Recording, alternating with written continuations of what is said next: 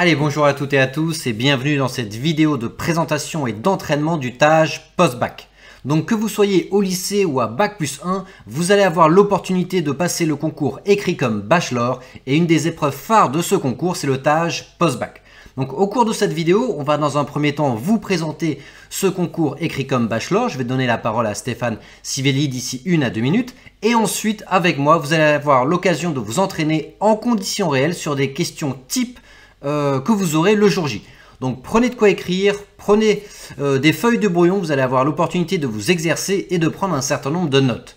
Et n'oubliez pas que vous pouvez mettre pause sur cette vidéo si vous voulez prendre des notes aussi bien sur les écoles, les concours, le calendrier d'inscription sur Parcoursup, sur des informations sur les écoles et ensuite sur la correction sur les différentes questions.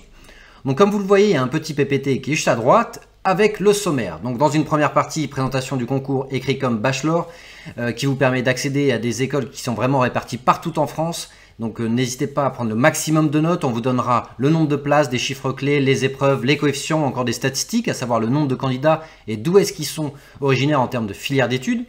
Deuxième partie, on commencera directement tout simplement le TAJ post-bac avec comment on s'inscrit au TAJ post-bac, quel est le coût du TAJ post-bac, quand est-ce que vous avez les résultats, etc., etc., quelles sont les questions qui tombent. On s'entraînera en conditions réelles avec un mini TAJ post-bac que je corrigerai moi-même. Et on terminera par l'analyse de votre score afin de savoir si vous êtes un peu en dessous de la moyenne. Dans ce cas-là, il faudra un petit peu bûcher dans la moyenne ou un peu au-dessus. Ça sera d'ici, grosso modo, une petite heure une fois que vous aurez fait le test blanc en conditions réelles, à savoir 12 questions.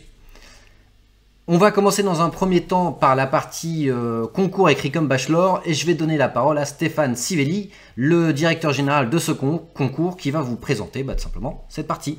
Je lui donne la parole de suite.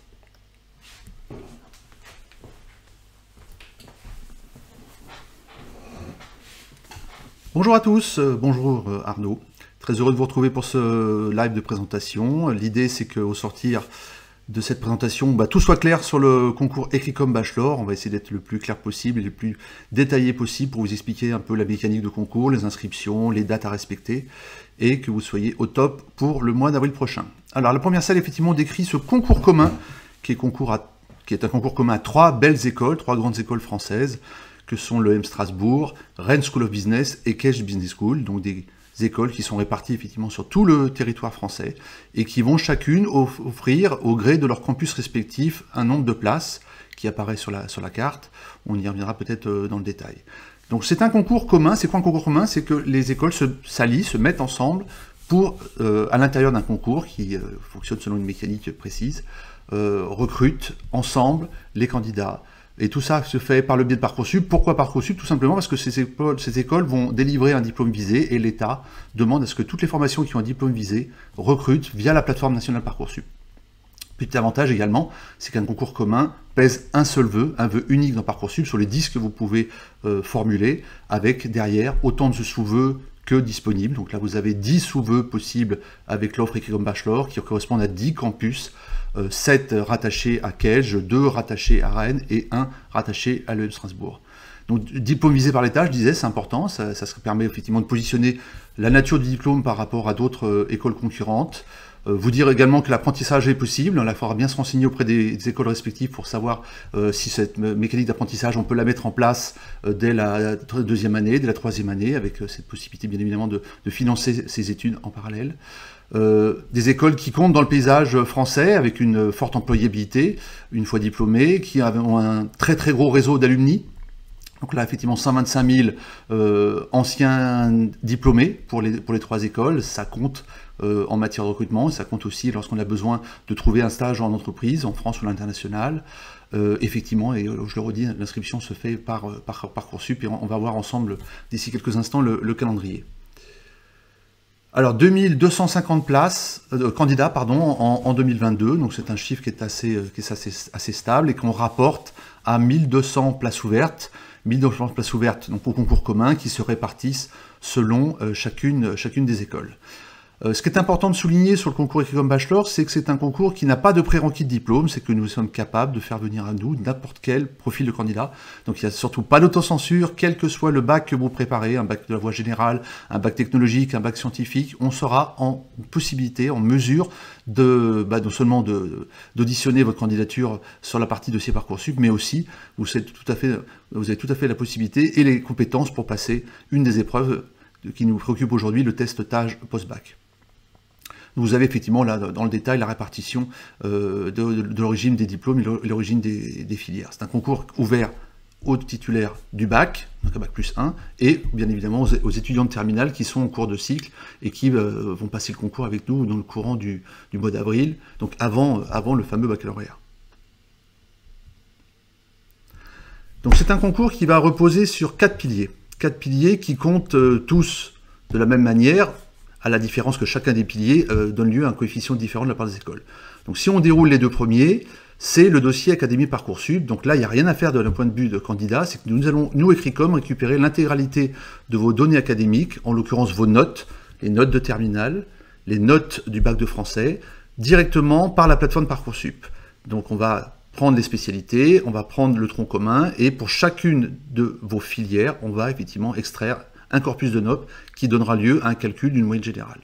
Ça, c'est le premier pilier, donc pour vous, effectivement, dès lors que vous êtes captif du concours et dès lors que vous êtes inscrit dans Parcoursup, on va remonter vos données directement par votre lycée. Le deuxième pilier, c'est le but du live d'aujourd'hui, c'est vous expliquer c'est quoi ce fameux test TAGE post-bac, test de logique, pour lequel il faudra bien évidemment se préparer pour maximiser son score au mois d'avril prochain. Donc ce TAGE post-bac, c'est une épreuve obligatoire, donc ça doit faire partie des notes que nous allons exploiter au mois d'avril, donc tous les candidats le passeront sans exception. Tous les candidats auront un dossier académique à exploiter et tous les candidats devront passer avec nous ou sans nous le fameux TAGE post-bac, sachant que nous allons proposer au mois de mars et au mois d'avril, en province et à Paris, un grand nombre de sessions de passage. Petite subtilité cette année également, vous aurez la possibilité de passer ce TAGE post-bac en présentiel et en distanciel. Le concours Écricom Bachelor n'a pas d'admissibilité, c'est-à-dire que tous les candidats passent à la fois les épreuves écrites et les épreuves orales, contrairement à d'autres concours, vous passez d'abord les écrits, vous êtes admissible, vous passez les oraux. Là, tous les candidats vont passer les 2 autres piliers du concours, c'est-à-dire un oral d'anglais, oral de 20 minutes devant un jury d'école, et autant d'entretiens de motivation que d'écoles présentées. Donc si vous présentez les 3 écoles, il y a 3 entretiens de motivation à réaliser, sachant que Cage et Multicampus, là vous ne le passerez une seule fois pour tous les campus de Cage. Donc ces 2 épreuves se font généralement en présentiel, il y a quelques latitudes pour le passer en distanciel, mais ça on sera plus précis d'ici quelques semaines sur non seulement les dates de passage, mais sur les modalités de passage. Étant entendu que ce concours, ces épreuves orales vont certainement avoir lieu entre le 15 avril et on va dire le 29 ou le 30 avril. Donc c'est sur un temps extrêmement court, extrêmement resserré. Et tous les candidats, bien évidemment, seront avisés via leur espace candidat de toutes les dates qui vont bien et toutes les dates qui leur sont nécessaires pour prendre des rendez-vous. Donc un concours qui se décline sous 8 étapes. Donc la première d'entre elles, elle va commencer le 18 janvier, elle est importante, c'est l'inscription dans Parcoursup. Donc c'est sur cette plateforme nationale que vous allez formuler des vœux et des sous-vœux. Étant entendu que dès lors que vous aurez choisi une de nos écoles, Parcoursup va vous indiquer que cette école est rattachée à un concours commun qui s'appelle le concours Écricom Bachelor. Donc c'est à vous effectivement de cocher que vous souhaitez passer le concours et c'est à vous de choisir si vous souhaitez concourir pour 1, 2 ou 3 écoles et rattacher en sous-vœux 1 à 10 campus possibles. Sachant que vous ne pouvez pas intégrer un campus que vous n'aurez pas préalablement choisi dans Parcoursup. Donc ne vous trompez pas dans les sous-vœux, parce que si vous avez choisi X et qu'au moment des résultats de Parcoursup, vous voulez aller à Y, bah si X n'a pas été enregistré dans Parcoursup avant la clôture de la phase de vœux, ça ne sera pas possible, vous ne serez pas éligible. La deuxième étape, bien évidemment, c'est l'entraînement. Donc plus tôt vous y mettez, plus tôt vous serez effectivement performant sur ce fameux test, et performant aussi sur les épreuves orales qu'il ne faut pas négliger, au gré des coefficients pratiqués par chacune des épreuves. Et dès le 1er mars, en avance de phase de clôture de Parcoursup, qui, je vous rappelle, est au 9 mars pour la formulation des vœux et sous-vœux, et 6 avril pour la validation finale, dès lors que vous avez choisi un concours et que vous avez payé vos frais de concours, vous pouvez, dès le 1er mars, vous enrôler côté Ecricom, c'est-à-dire créer votre espace candidat qui vous permettra de prendre rendez-vous sur une session de tâches post-bac que nous allons vous proposer, et également au mois d'avril, prendre rendez-vous pour l'étape des épreuves orales. On déroule le calendrier, donc l'étape numéro 4, c'est effectivement une finalisation. Dès lors que vous n'avez pas finalisé, vous n'êtes pas capable du concours. Il faut finaliser vos vœux et sous-vœux, donc soit avant le 9 mars, soit avant vraiment la deadline finale du mois d'avril, pour qu'on puisse ensuite effectivement vous solliciter au titre du concours. Vous aurez une prise de rendez-vous à faire entre le 12 et le 14 avril, sachant que tous les campus vont vous proposer des créneaux et des lieux de passation. Vous allez passer vos épreuves orales, comme je disais tout à l'heure, entre le 15 avril et le 29 avril compris. Et fin d'avril, votre travail est terminé, c'est une note qui commence, et il va falloir qu'on harmonise le concours et qu'on fasse un certain nombre de traitements pour pouvoir publier vos résultats. Donc ça sera en 2 temps. Le 1er juin, vous avez vos résultats, vous avez votre statut d'admission sur Parcoursup, et dès le lendemain, dès le 2 juin, vous avez vos notes sur le site internet d'Ecricom. Dans votre espace candidat, vous aurez les notes de vos 4 épreuves. Et ensuite, vous avez la phase de réponse à Parcoursup qui va commencer le 1er juin, qui s'achèvera mi-juillet. Vous devez effectivement dire à Parcoursup, au gré des résultats qui seront les vôtres, si vous vous prenez telle ou telle école. Les modalités d'inscription, donc c'est un concours unique, avec un tarif unique. Vous postulez pour les 3 écoles à un tarif non boursier de 165 €. Si vous êtes candidat boursier, vous ne vous acquittez que des frais de concours, donc de l'ordre de 30 €. Ces 165 € comprennent les frais de passation du test tâche post-bac. Donc le tâche post-bac coûte 50 € en prix public, que vous passiez avec Ecricom ou que vous passiez hors Ecricom. Si vous le passiez hors Ecricom, il faudra effectivement nous demander le remboursement du trop perçu, mais on va dire que dans 98% des cas, les candidats passent leur tâche post-bac avec nous et s'acquittent effectivement des frais de tâche post-bac avec leurs frais de concours en même temps. Et ces frais de concours importants sont payés directement sur la plateforme Parcoursup, avec une interface de paiement sécurisée. Tout ça est bien sécurisé. Vous allez payer par Paybox, et le paiement se fait non pas côté Ecricom, mais côté Parcoursup.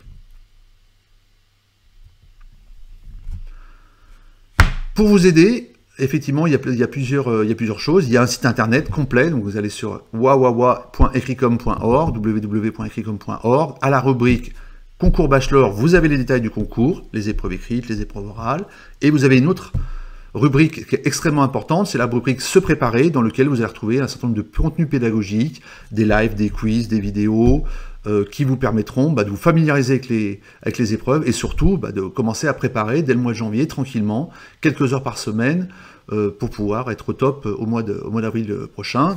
J'ajoute que cet espace est totalement ouvert et gratuit, que vous soyez préparationnaire ou non. Donc un espace candidat, là c'est l'espace candidat qui est lié à votre inscription, par lequel on va communiquer tout au long du concours, et on va vous envoyer énormément de sollicitations, des SMS, des mails, pour que vous puissiez ne pas louper aucune des étapes importantes, et on sera là aussi en piqûre de rappel lorsqu'il y a des choses à faire, et si on s'aperçoit effectivement que vous êtes un petit peu à la traîne, on se permettra de vous relancer pour que vous ne loupiez pas les étapes de clôture, les étapes de validation, les étapes de prise de rendez-vous, et que vous soyez aussi au rendez-vous lors de la publication des résultats finaux. Donc voilà, préparez bien vos épreuves à l'aide de ce qu'on va mettre en place. Il y a aussi des lives que nous réaliserons au mois de février, au mois de mars, des lives de présentation de concours, et puis des lives avec nos écoles, et une présentation de chacun des bachelors par les directions académiques de nos écoles. Pour nous joindre, c'est simple, vous avez le site internet avec une adresse mail, info@ecricom.org, et dès lors que vous êtes candidat, vous allez passer par votre messagerie intégrée de votre espace candidat. Nous avons également une ligne téléphonique sur laquelle on est en mesure de vous répondre toute la semaine, du lundi au vendredi. Et n'hésitez pas non plus à nous suivre sur les nombreux réseaux sociaux sur lesquels Ecricom a un compte, que ce soit Instagram, TikTok, Facebook, Twitter ou notre chaîne YouTube. Voilà, je crois qu'il est temps de rentrer dans le vif du sujet. Je vais repasser la parole à Arnaud. Et écoutez, prenez bonne note, et à tout à l'heure. Alors merci Stéphane pour cette présentation du concours. Donc si jamais vous voulez revenir sur des points, n'hésitez pas à remonter la vidéo, à faire pause et à noter les informations, hein, que ce soit les écoles disponibles, le nombre de places, l'origine par filière d'études des candidats de l'année dernière ou tout simplement le processus d'inscription qui est ma foi très simple. Hein. Il y a les 8 étapes, vous avez juste à les suivre et c'est assez facile. Stéphane vous a présenté également les épreuves écrites et les épreuves orales. Et là, on va tout simplement s'entraîner en conditions réelles pour le TAJ post-bac. Donc prenez des feuilles de brouillon, prenez de quoi écrire, vous allez pouvoir vous entraîner en conditions réelles. Juste avant cela, je vais faire une petite présentation rapide de ce qu'est le TAJ post-bac. Tout d'abord, vous pouvez le passer 2 fois par an, soit en présentiel, c'est-à-dire dans un amphithéâtre, dans une classe, soit à distance, donc c'est-à-dire en ligne sur Internet. Mais vous devez absolument vous inscrire sur le site tajpostbac.fr. Vous pouvez également vous inscrire lorsque vous vous inscrivez au concours Écrit-Com Bachelor. Donc soit vous vous inscrivez via l'organisateur du test TAJ Postbac, soit vous vous inscrivez lorsque vous vous inscrivez sur le concours Écrit-Com Bachelor. 2 passages maximum par an, 1 fois par semestre. Donc 1 fois vous avez le droit de juillet à décembre, 1 fois vous avez le droit de janvier à juin. La durée du test 1h20, comme vous le voyez, il y a 4 sous-tests, c'est-à-dire 4 parties de 20 minutes chacune. Vous n'avez pas le droit de sortir durant ces 1h20. Donc si vous voulez aller aux toilettes ou si jamais vous voulez manger ou quoi que ce soit ou boire, il faut le faire avant de rentrer dans la salle d'examen. La notation, c'est sur 200 points.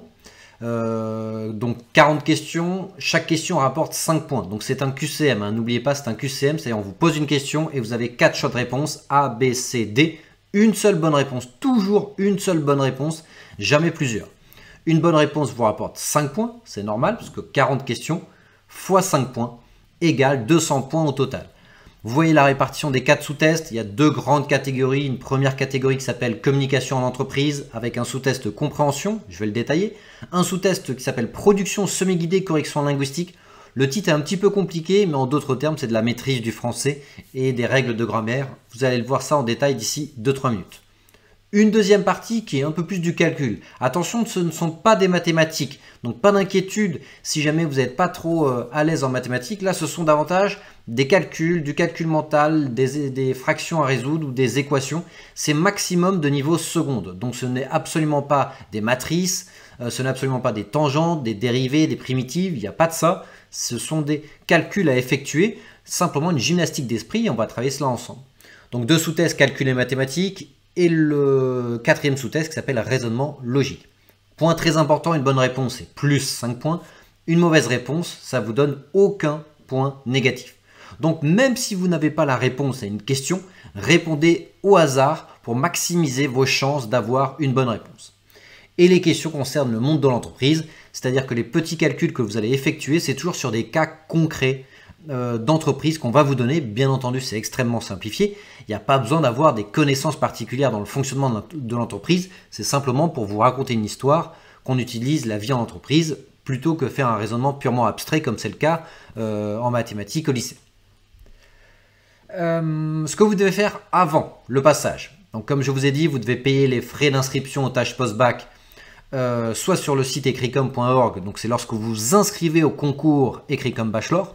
Ou alors, vous pouvez vous inscrire directement sur le tajpostbac.fr et ensuite votre score sera récupéré auprès de la FNEJ qui est l'organisateur de ce test. Les documents nécessaires lorsque vous êtes convoqué le jour J. Donc vous allez recevoir votre convocation par mail, donc c'est un PDF qui va vous dire voilà, vous vous êtes inscrit à telle session, rendez-vous du coup à telle date, à telle heure, à tel lieu pour passer ton TAJ Postbac. Votre convocation, il faut absolument qu'elle soit imprimée. Ne prenez pas de risque de l'avoir sur smartphone. Imprimez-la sur papier auparavant, plus une carte d'identité pour être bien sûr que le prénom et le nom de votre convocation correspondent bien au prénom et au nom de votre carte d'identité. Pendant, le matériel autorisé, un stylo bic ou un stylo bille noir, plus, alors l'eau et la nourriture, de temps à autre ils peuvent tolérer, mais mettez-le vraiment au pied de votre table. En tout cas, il est possible qu'on vous dise que ce soit interdit, tout pour éviter des cas de triche, vous savez, les personnes qui écrivent sur les papiers à l'intérieur des bouteilles, etc. Donc si jamais vous prenez une bouteille d'eau, faites en sorte d'enlever le papier qui est autour, etc.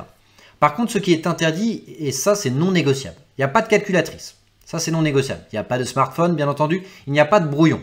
Donc là, je vous ai dit de prendre des feuilles de brouillon, parce que le jour J, en fait, on va vous remettre un cahier de questions, où il y aura à la fois les questions et de l'espace donc une partie blanche, qui servira de brouillon. Donc il y aura à la fois le cahier de questions, un fascicule, et à l'intérieur, vous pourrez gribouiller dessus, etc. Et à côté, il y aura une grille de réponse. Donc le fascicule, ce sera le sujet, et vous pourrez gribouiller vos calculs dessus. Et dès que vous aurez entouré une réponse, vous la mettrez sur votre grille de réponse. Et c'est ça que vous rendrez à la fin à la grille de réponse qui vous donnera votre score final. Mais le fascicule, vous pouvez écrire autant que vous voulez dessus. Certes, il est récupéré pour que le sujet ne fuite pas, mais en tout cas, il n'est absolument pas évalué. Donc pas de brouillon, comme ça vous ne pouvez pas vous passer les feuilles blanches entre guillemets entre vous. Pas de surligneur, pas d'effaceur, pas de téléphone, pas de montre. Ne vous inquiétez pas par rapport au temps. Comme je vous ai dit, il y a 4 sous-tests de 20 minutes. Vous aurez tout d'abord une horloge dans votre salle. Et en plus de cela, deuxièmement, le surveillant vous dira il vous reste 10 minutes, il vous reste 5 minutes, il vous reste 2 minutes. Donc à force de vous entraîner déjà, vous saurez si vous êtes un petit peu en retard ou un petit peu en avance par rapport aux questions que vous souhaitiez traiter. Et ensuite, 2 indicateurs de temps, l'horloge et le surveillant qui vous indiquent tout cela. Interdiction de revenir à un sous-test précédent, ça c'est très important. Il y a 4 sous-tests. Une fois qu'on a commencé un sous-test, même si vous le finissez en avance, vous n'avez pas le droit de passer au suivant. Vous devez absolument attendre la consigne du surveillant général qui vous dit « Allez-y, tournez la page, vous pouvez passer au sous-test suivant ». Ne vous inquiétez pas, c'est extrêmement simple à comprendre. Vous ne pouvez pas tourner les pages et vous tromper et faire en sorte que par hasard vous soyez sous-test suivant. Il y a quand même 2-3 pages d'écart entre les deux sous-tests parce qu'il y a le titre, la présentation. Donc on s'en rend compte directement lorsqu'on a fini le sous-test. D'autant plus qu'il y a un certain nombre de questions, donc on sait lorsqu'on est arrivé à la fin du sous-test. Et pareil, si vous avez fini un sous-test, vous ne pouvez pas revenir à un sous-test précédent que vous n'auriez pas fini. Donc c'est cloisonné par sous-test, 20 minutes à chaque fois. 20 minutes, 20 minutes, 20 minutes, 20 minutes, 1h20. Et il n'y a pas de pause entre chaque sous-test. Vous avez fini les 20 minutes, le surveillant général vous dit top, c'est fini. Il regarde un coup d'œil dans la salle pour être sûr qu'il n'y a pas d'incident ou quoi que ce soit, ou de questions, et il passe au sous-test suivant. Et une fois que vous avez rendu du coup votre fascicule de questions, donc lui partira à la poubelle, et votre grille de réponse qui elle sera lue par une machine pour donner votre score final, vous avez accès à votre score 10 à 15 jours après sur tagepostbac.fr sur votre espace candidat. Ou alors sur le site d'Écrit comme Bachelor, pareil, vous aurez accès à votre score final. Comme vous le voyez, il y a une répartition 100 points et 100 points. La première partie épreuve 1 sur 100 points, la deuxième partie épreuve 2 sur 100 points, ce qui vous fait un score final sur 200 points. 4 sous-tests, je me répète, 10 questions à chaque fois, 20 minutes par sous-test. Donc là déjà vous pouvez faire le ratio temps consacré par question. En moyenne c'est 2 minutes. 10 questions, 20 minutes. Donc 2 minutes par question en moyenne. Il y a des questions où vous allez être plus rapide parce qu'elles sont niveau facile et il y en aura. Vous allez les traiter en 1 minute 30. Ce qui vous libérera du temps pour les questions un peu plus difficiles où vous allez mettre peut-être 2 minutes 30, 3 minutes. Donc vous allez voir, on va s'entraîner en conditions réelles. Et d'ici là 5 minutes, il y aura à la fois des questions faciles, des questions moyennes et des questions difficiles. 5 conseils généraux pour bien réussir le TAGE post-bac. Premièrement, c'est de bien gérer votre temps. Vous allez vous rendre compte que la difficulté, ce n'est pas vraiment les exercices à résoudre, c'est le temps que vous devez y consacrer. Donc gérez bien votre temps, 2 minutes en moyenne par question. Deuxièmement, bien se formaliser avec le format du test. 1, c'est un QCM, c'est-à-dire un questionnaire à choix multiples. On me donne un énoncé, on me pose une question et on me donne 4 choix de réponse. À moi de choisir la bonne réponse. Donc ça, c'est appliqué parfois à des tableaux, parfois à des liens familiaux, parfois à des phrases de français où il faut corriger des fautes d'orthographe ou des règles de grammaire. Bref, il faut simplement se formaliser avec le format du sous-test qui est totalement différent de ce que vous avez pu voir au lycée, quelle que soit votre filière ou vos spécialités choisies. Troisième conseil, toujours répondre. Je vous l'ai déjà dit, il n'y a pas de points négatifs. Donc vous ne perdrez jamais de points en répondant faux. Bien entendu, l'objectif c'est de bien répondre aux questions pour gagner plus 5 points. Mais si on ne sait pas, plutôt que de passer la question, on répond au hasard. Toujours la même réponse, au moins on est sûr de tomber de temps à autre sur la bonne réponse et on marquera des points. Quatrième conseil général, on me pose souvent la question que faut-il faire les 15 derniers jours avant mon passage? Alors, de J-7 à J-15, c'est-à-dire pas la dernière semaine mais celle juste avant. On vous recommande de faire 2 tâches post-bac en conditions réelles d'examen avec chronomètre. Donc ça vous dure 1h20 et vous corrigez grosso modo pareil en 1h20 vos mauvaises réponses qui fait 2h30 d'entraînement. Ça vous le faites 2 fois. Donc 2 fois un tâche post-bac corrigé, donc tâche post-bac pour les post-bac corrigé, ce qui vous permet du coup de faire 5 heures d'entraînement en conditions réelles de J-7 à J-15. Et ensuite, la dernière semaine, là vous allez faire un tâche post-bac en conditions réelles, donc 2h30, 1h20 plus 1h20 de correction, ce qui fait 2h40, hein, donc on va arrondir à 2h30. Et l'autre créneau de 2h30 que vous allez vous accorder, vous allez faire un focus, c'est-à-dire vous concentrer sur les parties qui généralement sont un petit peu plus difficiles, ou en tout cas il y a une marge de progression plus importante. Parce que c'est extrêmement carré, c'est rationnel. C'est la partie analyse quantitative et logique pour l'entreprise, c'est-à-dire les deux derniers sous-tests. Donc le sous-test numéro 3 et le numéro 4, vous refaites des questions, soit des annales, soit des questions type. Refaites, n'hésitez pas, les questions de cette vidéo 1 à 2 mois plus tard. Donc imaginons, je dis n'importe quoi, que vous faites les 12 questions que l'on va faire ensemble en janvier. Refaites-le en février, un mois plus tard, pour être bien sûr d'avoir la méthodologie. Donc même si vous vous souvenez de la réponse, vous dites « Ah oui, je me souviens, c'était réponse C14 », il faut absolument que vous ayez le bon raisonnement, la bonne méthodologie pour répondre à cette question. Ne répondez pas simplement par mémorisation si vous refaites les questions de cette vidéo. Cinquième conseil général, entraînez-vous au maximum au calcul mental. Comme je vous ai dit, il ne s'agit pas de mathématiques, il s'agit de calculs mentaux. Donc c'est du pourcentage, des multiplications à virgule, des divisions à virgule, des fractions, des équations. Le niveau maximum en termes de mathématiques est de niveau seconde. Ça ne va pas plus haut. Donc ce ne sont pas des exercices de mathématiques, on va le voir dès à présent. Ce sont des exercices de calcul. Allez, on passe au mini-tâche post-bac en conditions réelles et je vais vous expliquer comment ça va fonctionner. Je ne peux pas vous afficher 12 questions d'un coup. Donc les questions vont s'afficher les unes après les autres, une question, une question, une question. Simplement, entre-temps, il y aura la correction. Donc ça fera une question, corriger de la question 1. Deuxième question, je vous laisserai 2 minutes, corriger de la question 2. Troisième question, 2 minutes, corriger de la question 3. Comme ça permet d'avoir une correction et un sous-test qui est dynamique, et en conditions réelles, parce qu'en moyenne, c'est 2 minutes. Donc parfois, vous allez être plus rapide que 2 minutes. Bah, tant mieux. Parfois, vous serez un peu short niveau 2 minutes. Mais ça sera pareil le jour J.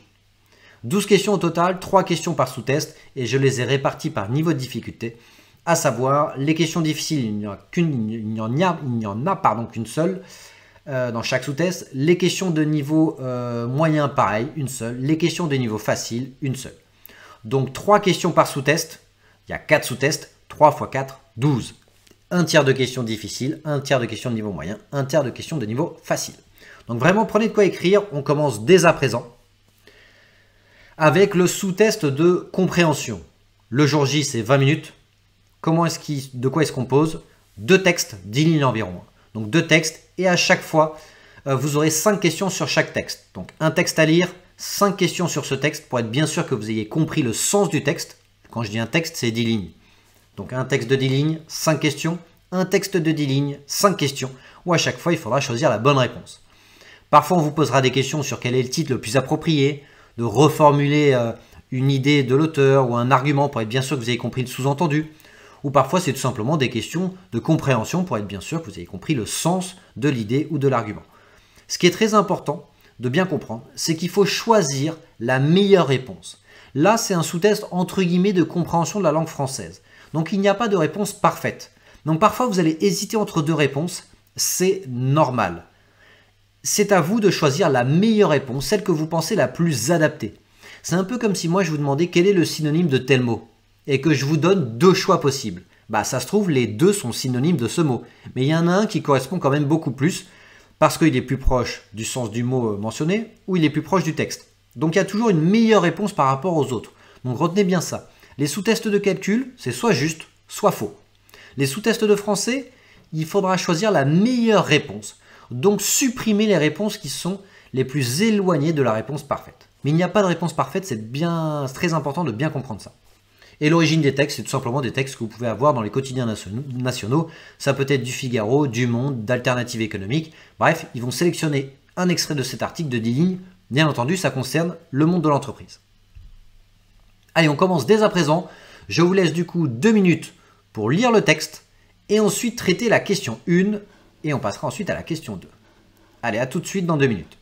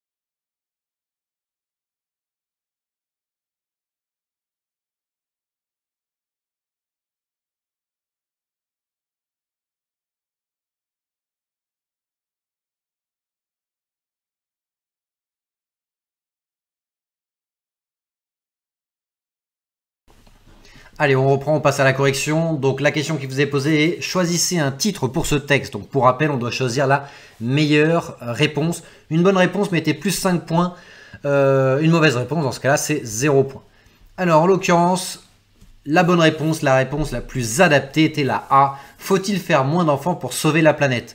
En effet, se pose la question, étant donné que vous avez un texte qui vous dit que être végétarien, ne plus avoir de voiture ou éviter l'avion, ça consomme en moyenne 0,8 à 2,4 tonnes par habitant, mais que faire un enfant, c'est en moyenne 60 tonnes, étant donné que ça dure toute une vie. Donc la question se pose de savoir si faire moins d'enfants permettrait de sauver la planète. Donc c'est vraiment par élimination que l'on fait, et je vais vous dire pourquoi on supprime les autres. La réponse B, moins d'enfants pour une planète préservée. Là, c'est beaucoup trop affirmatif. Là, c'est beaucoup trop limite agressif. Là, c'est faire moins d'enfants, de petits points, meilleure solution pour préserver la planète. Non, on ne sait pas si c'est la meilleure solution, puisqu'on n'a pas abordé toutes les autres solutions. On dit simplement que peut-être que faire moins d'enfants, ça permet de sauver la planète. C'est une interrogation que se pose l'auteur, une suggestion de solution. La D, et si l'homme faisait moins d'enfants? Là, il manque une partie. On vous parle que de la partie reproduction, pas de la partie climat et sauver la planète.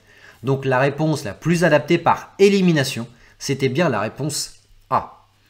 Allez, on passe à la question 2. Donc là, je vais vous laisser un peu moins de temps, 1 minute 30, parce que c'est exactement le même texte. Comme le jour J, hein, souvenez-vous, un texte, 5 questions, un texte, 5 questions. Allez, on passe à la question suivante. Question 2, 1 minute 30, et ensuite on corrige.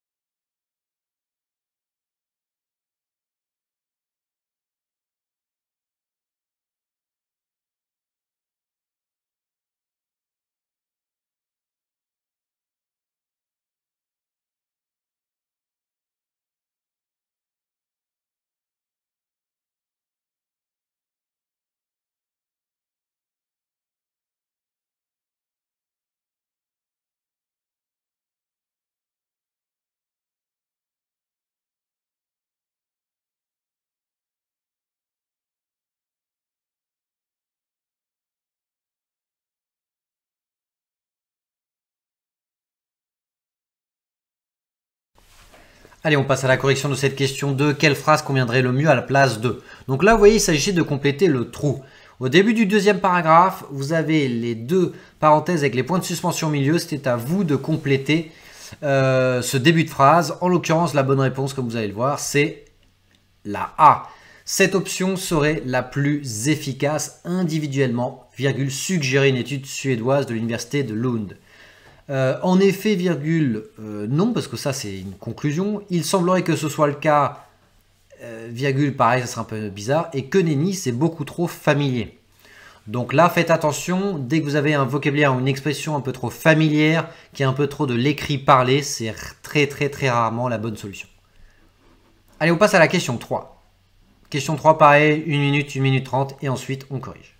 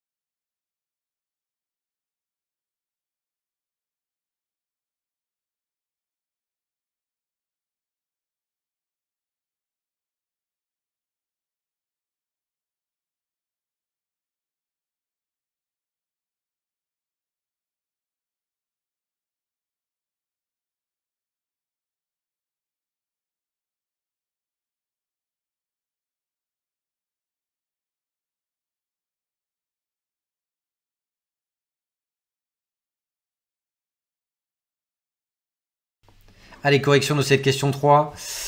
Comme vous le voyez, la bonne réponse était la B. Que signifie l'auteur quand il ou elle dit « difficile d'extrapoler à l'échelle mondiale » Donc bien entendu, la difficulté, c'était de connaître la définition du mot « extrapoler ». Ça signifie étendre un raisonnement à petite échelle à grande échelle. Donc la bonne réponse était la B. Ce qui est vrai dans les pays riches, donc c'était à petite échelle, ou en tout cas un périmètre bien défini, en l'occurrence les pays riches, on se posait la question de savoir, oui, mais si on l'étendait à tous les pays du monde, est-ce que ça aurait le même effet ? Et en l'occurrence, lorsqu'on dit difficile d'extrapoler à l'échelle mondiale, ça veut dire que ce qui est vrai dans les pays riches ne l'est pas forcément partout. C'est-à-dire que ça ne fonctionne pas forcément à l'échelle mondiale.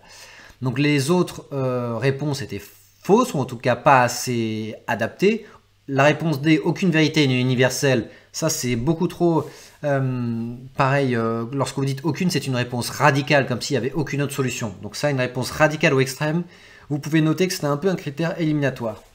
Réponse C, même cause, même conséquence, ça c'est un petit peu trop rapide, là il n'y a pas d'explication, donc ça ne convient pas. La réponse A, dans les pays en développement, il faut envisager d'autres solutions. Là vous ne répondez pas à la question, là la réponse A, on comprend le sens de la réponse A, mais en tout cas elle ne correspond pas à l'énoncé. Donc là vous voyez, on vient de faire 3 questions pour le premier sous-test, un texte, 3 questions. Vous le jour J, vous aurez un texte, 5 questions, un texte, 5 questions. Allez on continue, on va passer au sous-test suivant. En l'occurrence, donc le titre est un petit peu barbare, ça s'appelle Production semi-guidée et correction linguistique. 20 minutes, toujours la même chose. Vous avez un seul texte de 10 lignes et ensuite 10 questions qui sont posées dessus. Vous pouvez avoir des phrases à trous, donc des phrases à trous c'est tout simplement lorsque vous devez compléter une phrase où il y a des trous, en complétant ces trous pour que ça ait un sens. Il y a aussi des questions de respect de l'orthographe, de la grammaire ou de la syntaxe, tout simplement corriger les erreurs orthographiques ou grammaticales. Vous avez un certain nombre de conseils, n'hésitez pas à les lire en mettant pause sur la vidéo. Nous, on commence dès à présent le sous-test en conditions réelles. Donc vous avez le texte, question numéro 1. Donc pour la question 1, vous voyez dans la première partie écrit « Le Japon a connu 1 ». Donc là, il faut remplir ce petit trou 1. Et ça sera la même chose pour le petit 2, il faudra remplir le petit trou 2. La même chose, la question 3, il faudra remplir le petit trou 3. Donc là, question 1, je vous laisse 2 minutes, le temps de lire le texte, plus faire la question 1. Et remplissez le trou numéro 1. A tout de suite.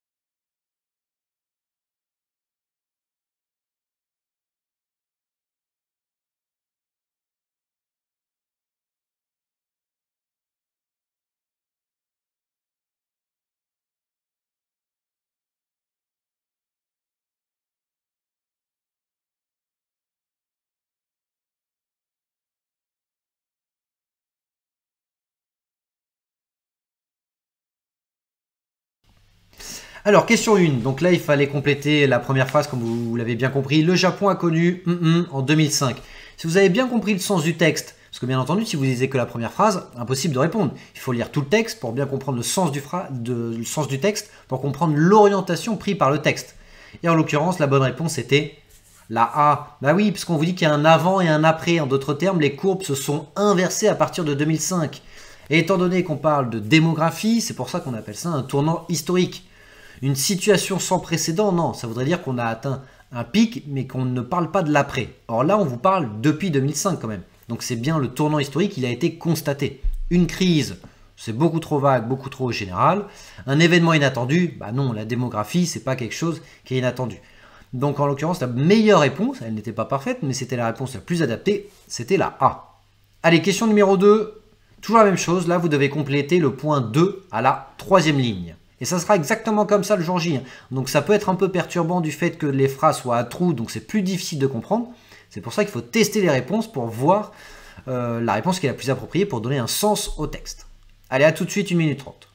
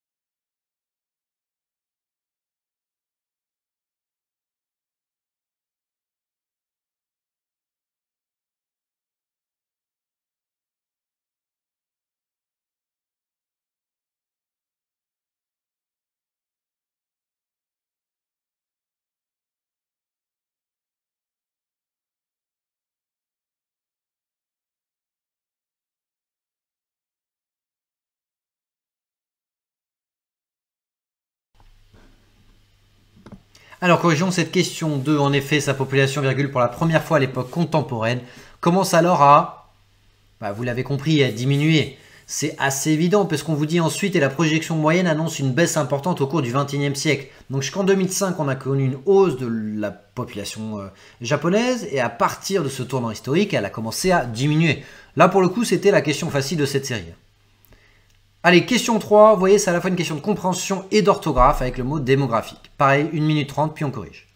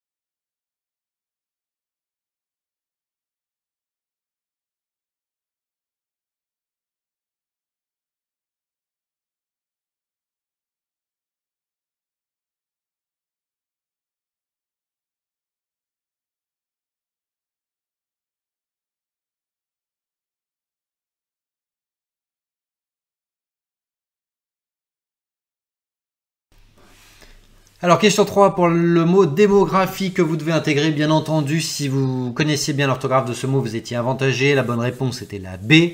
Donc, n'oubliez pas, il y a eu 3 questions là pour le sous-test numéro 2. Plus 5 points si vous avez une bonne réponse. 0 points si vous n'avez pas de bonne réponse. Et même si vous ne saviez pas la bonne réponse, il fallait absolument répondre au hasard. Donc, on vient de faire 6 questions, la moitié du test blanc. On passe à présent au troisième sous-test, le sous-test calcul et mathématiques. Le jour J, ça sera 20 minutes. 10 questions. C'est une étude de cas d'entreprise. Pas de panique, c'est simplement pour concrétiser, que ce soit vraiment pragmatique et concret, les calculs que vous allez appliquer.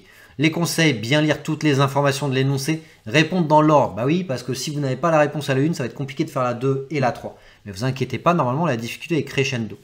Schématiser le plus possible vos énoncés, ça c'est très important. Que vous passiez votre tâche post-bac en présentiel ou à domicile, c'est-à-dire à distance, en ligne, vous pourrez schématiser sur soit votre cahier de questions présentiel, soit sur une feuille blanche en ligne, vos énoncés. Donc schématisez le plus possible, donc faites des tableaux, faites des schémas, bref, schématisez le plus possible. Allez, on commence directement par la question 1. Celle-là est niveau moyen.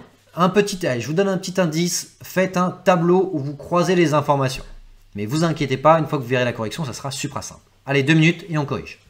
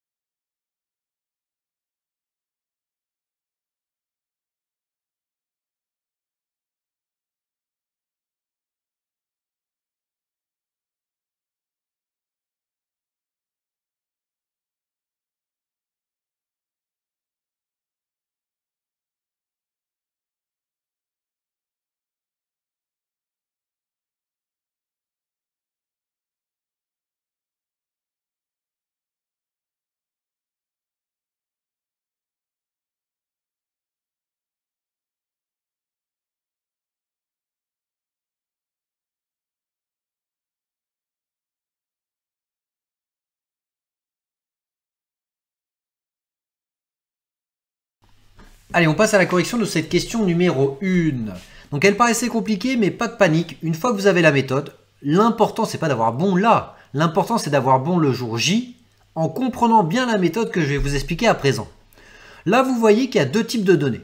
Une donnée par rapport au genre, homme-femme, une donnée par rapport au statut de l'emploi. Est-ce que vous êtes un joueur ou est-ce que vous faites partie de l'administration, étant donné que vous êtes dans un club de sport. Pour cela, lorsque vous avez deux types de données, retenez bien ça. Hein. Donc là, j'ai pris homme, femme et joueur administratif, mais ça pourrait très bien être garçon-fille, gaucher, droitier, hein, ou garçon-fille, cheveux bruns, cheveux blonds. Ça revient à la même chose. Vous faites un tableau où vous croisez vos données. En colonne, les hommes et les femmes. En ligne, les joueurs et ceux qui font partie de l'administration. Donc là, vous le voyez, la bonne réponse est la A, c'était 24%. On va le corriger. Dès que l'on vous parle de pourcentage, étant donné que c'est sur 100, eh ben on va partir du principe qu'il y a 100 personnes dans ce club. Il y en a forcément moins, peut-être plus, d'ailleurs on n'en sait rien, mais étant donné que c'est des pourcentages, on part du principe, on fait l'hypothèse que c'est sur 100, nos calculs seront beaucoup plus simples. Quelles sont les données que je peux mettre dans ce tableau une fois qu'on a compris ce tableau? Tout d'abord, ce sont les totaux. Donc les colonnes, enfin le total en colonne et le total en ligne. On me dit qu'il y a 4 fois plus de joueurs que d'administratifs. Donc s'il y en a 4 fois plus de joueurs que d'administratifs, ça ne peut pas être par exemple 40-60. 40-60, c'est pas 4 fois plus. Donc forcément, il faut que, hop, je teste. Est-ce que ça peut être 25-75? Non, 25-75, c'est 3 fois plus. On me dit 4 fois plus. Dans ce cas-là, c'est 20 et 80. Donc vous voyez, j'ai tâtonné, j'ai testé. Donc j'ai augmenté ma jauge à droite, j'ai baissé ma jauge à gauche jusqu'à avoir un x4. J'ai eu 20 et 80. Hop, je le mets dans la colonne totale. Ensuite, on remplit la colonne, la ligne totale en bas. On vous dit qu'il y a, en l'occurrence, 30% des personnes qui sont des hommes. Ça, c'est assez facile. Hein. Si 30% des personnes sont des hommes, donc je mets 30 tout en bas. À côté, concernant les femmes, ça va être 70. Donc j'ai déjà rempli les totaux. Donc ça, c'est la première chose à faire lorsque vous devez remplir un tableau. Et ensuite, on va s'intéresser à l'intérieur de ce tableau. On va rentrer dans le tableau. On vous dit, regardez la dernière phrase de l'énoncé. 20% des femmes sont dans l'administratif. Il y en a combien des femmes dans ce club? Il y en a 70. 30% d'hommes, 70 de femmes. Donc parmi ces 70 femmes, 20% d'entre elles travaillent dans l'administratif. Donc le croisement, vous voyez en ligne, le croisement de femmes et d'administratif, cette case-là, c'est 20% de 70. Et 20% de 70, c'est 14 personnes. Donc dans cette case-là, croisement femmes et administratif, j'écris 14. Comment j'ai trouvé 20% de 70? Soit je fais 0,2 fois 70, soit je me dis 10%, bah c'est 7. 10% de 70, c'est 7. Donc 20%, le double, ça sera 14. Et une fois que j'ai 14, eh ben en fait, je peux tout remplir. Ça, c'est facile. 14, vous voyez, là, il y a 14. Bah, pour atteindre 70, c'est 56. 56 plus 14, 70. En ligne, 56 pour atteindre 80, c'est 24. La ligne du dessous pour atteindre 20, c'est 6 plus 14. Donc vous voyez là, j'ai fait le plus dur. Cette question était de niveau moyen, parce que certes au début, on peut être un peu déstabilisé par cette question, mais une fois qu'on a compris la méthode, elle est formatée, c'est que du par cœur.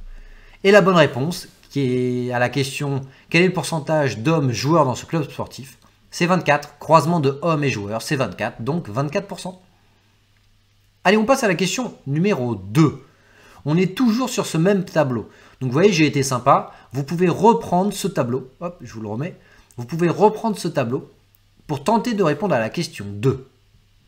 Allez, question 2, je vous laisse 1 minute 30 et ensuite on corrige.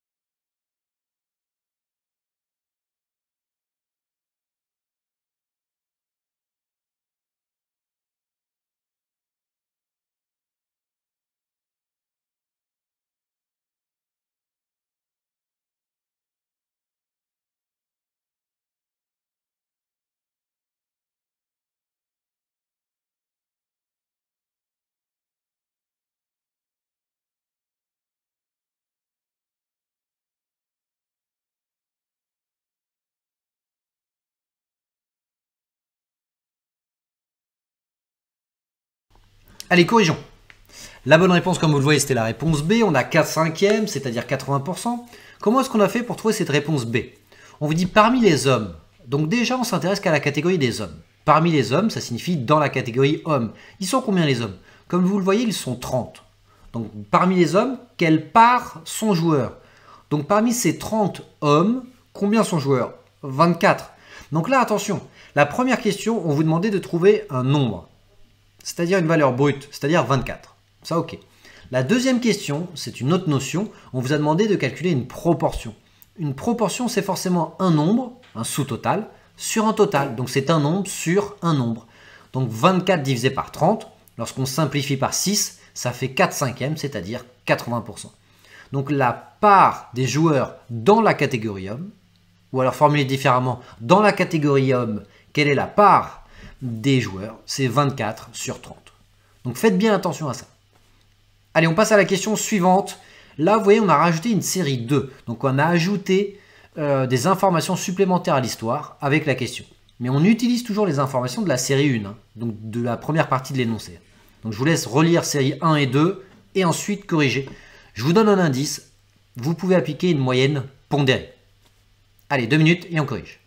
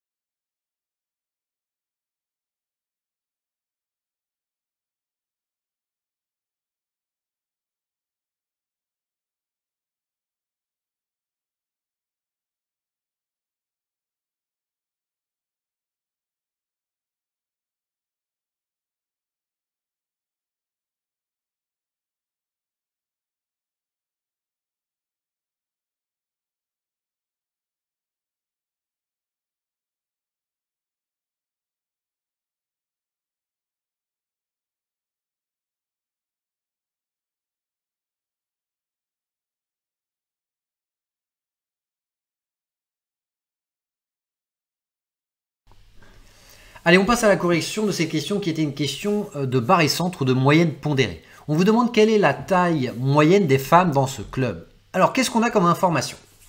La bonne réponse déjà c'est la D, c'est 1,78 m, il s'agit d'une moyenne pondérée. Une moyenne pondérée c'est lorsque vous donnez des coefficients aux différentes catégories.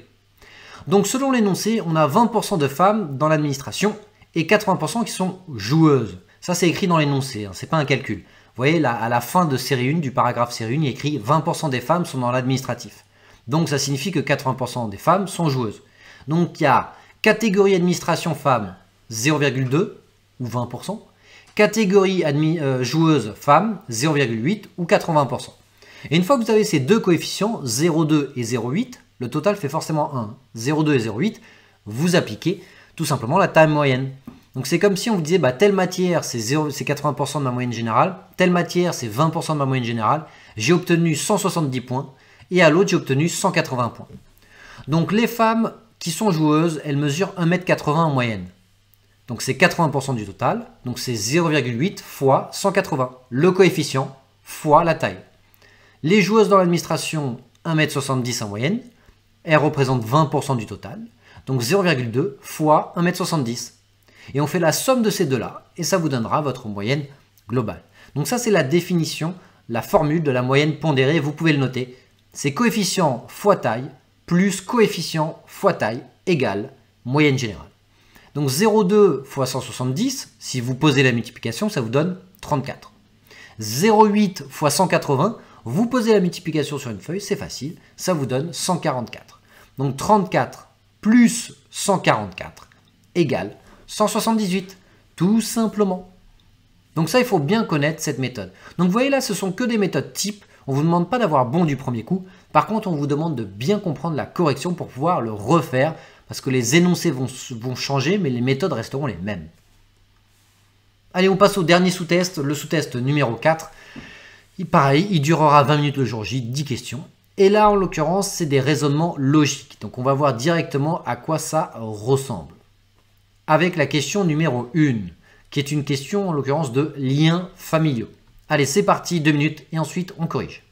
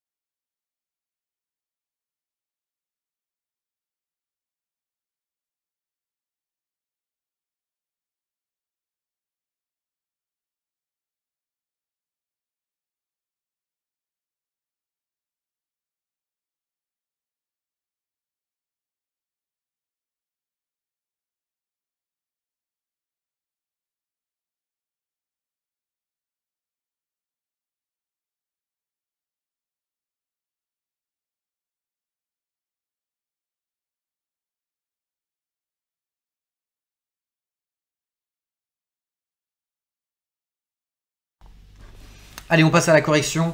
Donc vous avez eu l'énoncé qui vous raconte cette petite histoire. Stéphanie, directrice du club, décide de nommer une nouvelle personne à la tête du club pour lui succéder. Elle nomme la fille de la femme, du fils unique de la mère de son mari. Pas de panique, il y a une succession de liens familiaux. Et bien la méthode consiste à partir de la fin pour remonter un par un les liens familiaux jusqu'à l'origine qui vous donnera la réponse. Donc ça veut dire quoi? Quel est donc la bonne réponse est la B, c'est sa fille. Si vous avez bon, plus 5. Si vous avez faux, du coup, écoutez bien la correction. Le dernier lien familial que Stéphanie vous donne, c'est quoi dans l'énoncé? C'est, je cite, son mari. Donc son mari, ça va être votre point de départ. Ensuite, quand je remonte, j'ai quoi? La mère. Donc j'ai son mari. Ensuite, comme un arbre généalogique, on remonte au niveau de la mère. Ensuite, on a quoi? Le fils unique. Donc le fils unique de sa mère, bah, vous revenez sur son mari. Donc Stéphanie, elle a un mari, le fils unique de sa mère, bah, vous retombez sur lui.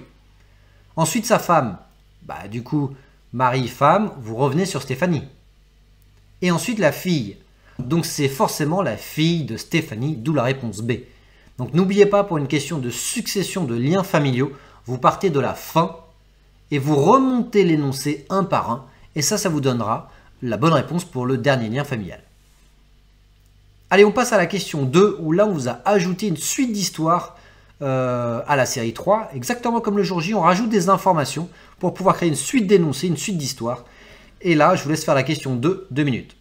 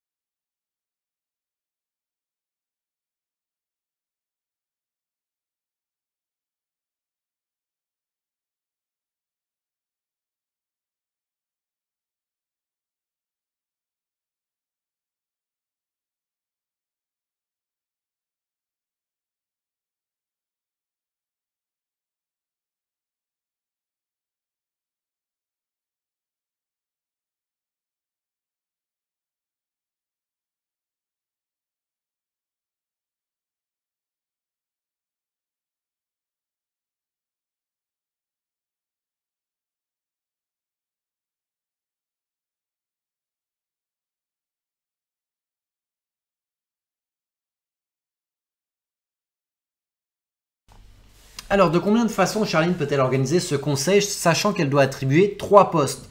Un poste de secrétaire, un poste de trésorier. Donc secrétaire, c'est dans le sens gestion de l'organisation. C'est pas secrétaire assistante, on appelle ça un secrétaire. Trésorier, donc c'est la gestion des finances, et un intendant. Donc ces 3 postes-là doivent être donnés à chaque fois à une seule et unique personne. Donc une personne ne peut pas occuper les 3 postes. La question qu'on vous pose, c'est combien de combinaisons il y a? Eh bien, vous allez voir que c'est extrêmement simple. Donc, je vais vous donner la bonne réponse. En l'occurrence, c'était la C, 6 façons différentes. C'est ce qu'on appelle la méthode des dénombrements. Imaginez que vous êtes dans une pièce avec, toutes les personnes citées. Antoine, Bernard et Charles. Donc, 3 personnes, 3 postes.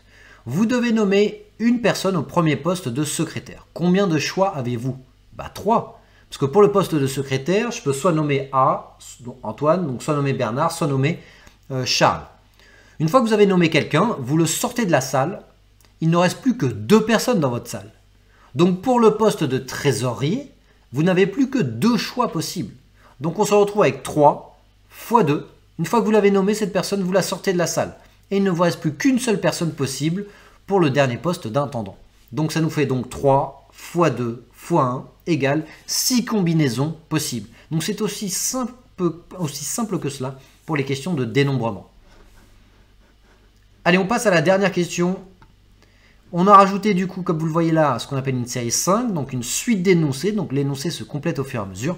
Et là, c'est une question de placement. Donc schématisez bien, en l'occurrence, la table carrée et placez les personnes. Et ensuite, on corrige. 2 minutes.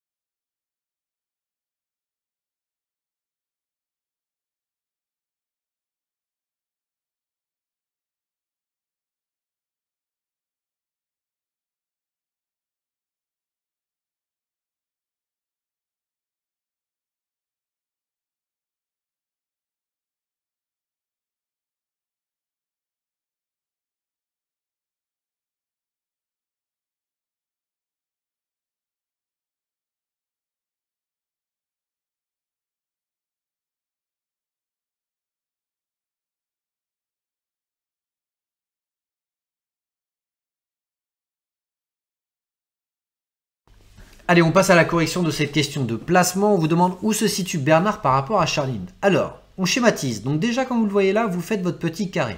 La bonne réponse étant la B à sa gauche. On vous dit, Charline siégera avec ses 3 frères sur une table carrée. Donc déjà, on sait que Charline et ses 3 frères sont autour de cette table carrée. Très bien. On dit Charline et Charles sont face à face. Cette information-là, vous pouvez la placer d'entrée de jeu. Donc Charline et Charles, vous les placez face à face. Que ce soit au bas ou droite-gauche, ça ne change rien. C'est comme si vous tourniez votre table. Donc Charline est en haut, Charles est en bas. À partir de ce face-à-face, qui est souvent l'information que vous pouvez placer d'entrée de jeu pour les questions de placement, vous pouvez ensuite mettre les autres personnes. Donc souvenez-vous bien de ça. Le face-à-face, là on vous l'a donné dès le début, mais parfois il est en fin d'énoncé. Placez-le directement sur votre schéma. Ensuite on vous dit Bernard est à droite de Charles. Donc Bernard est à droite de Charles. Donc il y a Charles, hop, à droite, juste à droite, il y a Bernard. Et Antoine est à droite de Charline. Donc ça c'est facile. Antoine, vous vous placez à la place des yeux de Charline. Ça c'est important. Lorsqu'on dit qu'Antoine est à droite de Charline, c'est pas en regardant là le schéma. C'est vous vous mettez à la place de Charline comme si vous étiez Charline dans ses yeux et vous voyez à la droite Antoine. Ce qui nous permet d'avoir Charline, Charles, Antoine à gauche et Bernard à droite. Donc à la question de poser qui est de savoir où se situe Bernard par rapport à Charline, en l'occurrence, si vous vous placez à la place de Charline, Bernard est juste à sa gauche. Quand on vous dit à sa gauche, ça signifie vraiment que c'est juste à gauche. Donc voilà pour les questions de placement. On schématise, on met le face-à-face d'entrée de jeu et ensuite on situe le reste des personnes. Donc là, on vient de faire 12 questions. Comptez vos points, donc mettez pause sur la vidéo si vous voulez. Comptez vos points, plus 5 pour une bonne réponse, 0 pour une mauvaise réponse. On a fait 12 questions. Ce qui fait que vous avez un score sur 60. Normal, si vous avez tout bon, 12 x 5, 60 points. Si vous avez la moitié, 6 x 5, 30 sur 60. Ce score-là, vous prenez ensuite une calculatrice. Là, bien sûr, on a fini le sous-test. Vous prenez ensuite une calculatrice et vous le multipliez par 3,33. Ce qui vous permet de le mettre sur 200, qui est le score officiel du TAJ Post-Bac. Si votre score est supérieur à 140, top, c'est signe que vous êtes d'un bon niveau et que vous êtes bien entraîné, donc continuez sur cette lancée-là, c'est top. Si vous avez un score entre 120 et 140, c'est pas mal, il y a encore des progrès à faire, vous avez encore des marges de progression, donc c'est déjà un bon score, ce qui est rassurant, mais vous pouvez encore faire mieux, j'en suis sûr. Si vous avez un score autour de 100, tout dépend où vous en êtes dans votre préparation. Si vous êtes qu'au tout début, c'est top. Si vous en êtes au milieu de votre préparation, c'est logique. Si vous êtes à la fin de votre préparation, qu'il ne vous reste plus que 2 semaines, souvenez-vous du conseil que je vous ai donné au début de cette vidéo. Axez votre révision de dernière ligne droite sur les sous-tests 3 et 4, à savoir les sous-tests calculatoires. Si enfin vous avez un score inférieur à 80, c'est probablement signe que vous débutez et que vous découvrez le TAJ Post-Bac. Donc dans ce cas-là, pas de panique. Si ce n'est pas le cas et que vous êtes déjà entraîné depuis 2, 3 semaines, 1 mois, revoyez les fondamentaux pour être bien sûr que ce soit bon. Et n'hésitez surtout pas à refaire ces 12 questions-là 2, 3 semaines, 1 mois après votre première fois pour être bien sûr que l'acquisition des méthodes soit bonne. Donc là, on n'a pas pu vous donner toutes les questions type, parce que sinon on y passerait des heures, des heures et des heures. Mais en tout cas, ça vous donne 12 questions type déjà pour vous entraîner, aussi bien au format du TAJ Post-Bac qu'aux différentes questions type que vous pouvez avoir le jour J. Et pour finir, je vais repasser la parole à Stéphane, du coup le directeur général du concours écrit comme bachelor, qui va vous donner un dernier mot. Allez, bon courage à tous et à bientôt.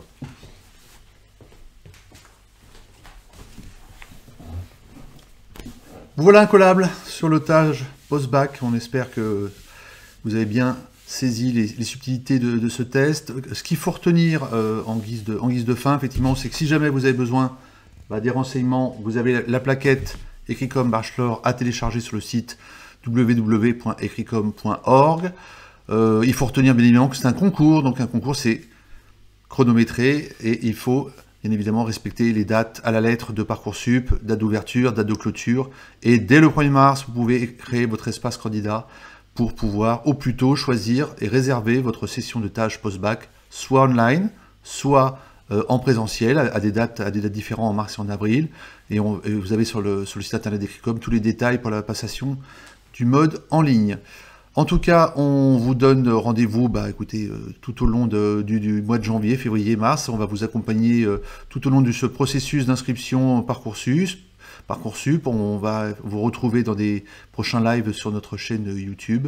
Et puis n'hésitez pas, s'il y a des questions en amont ou pendant le concours, vous avez une ligne téléphonique et vous avez une adresse internet info@écritcom.org pour pouvoir nous contacter. Donc, on vous souhaite à tous un très beau concours et on espère vous voir nombreux candidats à ce concours Ececom Bachelor 2023. À très vite.